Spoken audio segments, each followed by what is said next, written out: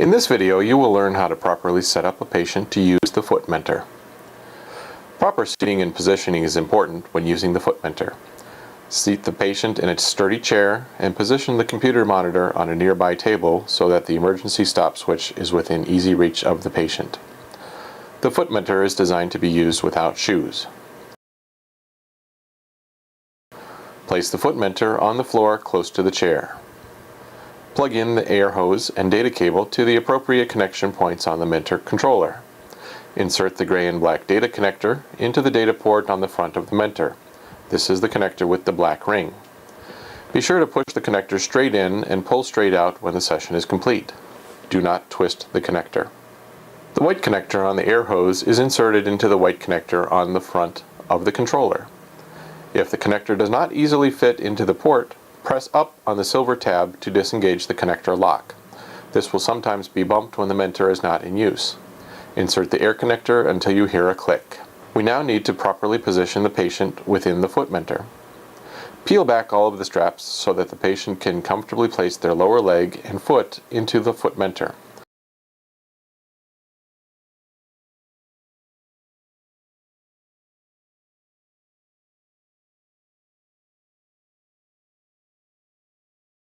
Place the foot cover on top of the patient's foot and hold the cover firmly in place with the blue straps. Next, we need to adjust for the size of the patient's foot. The axis of rotation for plantar dorsiflexion should be in line with the axis of rotation of the foot mentor device.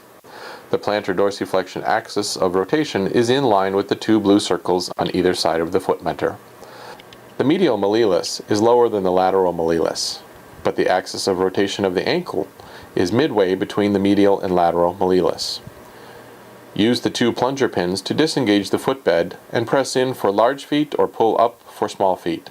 There are 5 different size settings. Find the one that best fits your patient. Now we must line up the patient's tibia to be perpendicular to the floor.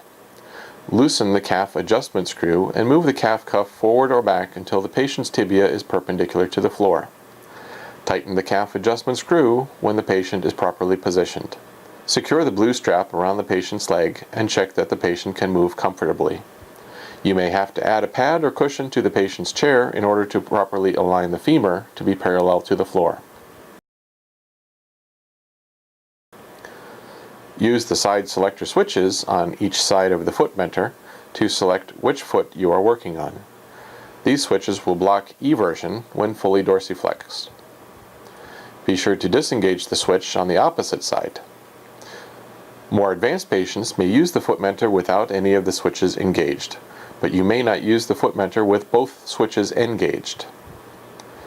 One optional method for using the foot mentor is to seat the patient in a taller chair and straighten their knee. Rock the foot mentor back on its flat surface, and this will train the gastrocnemius rather than the soleus. You are now ready to use the foot mentor. The various therapy programs are described in the other videos in this series.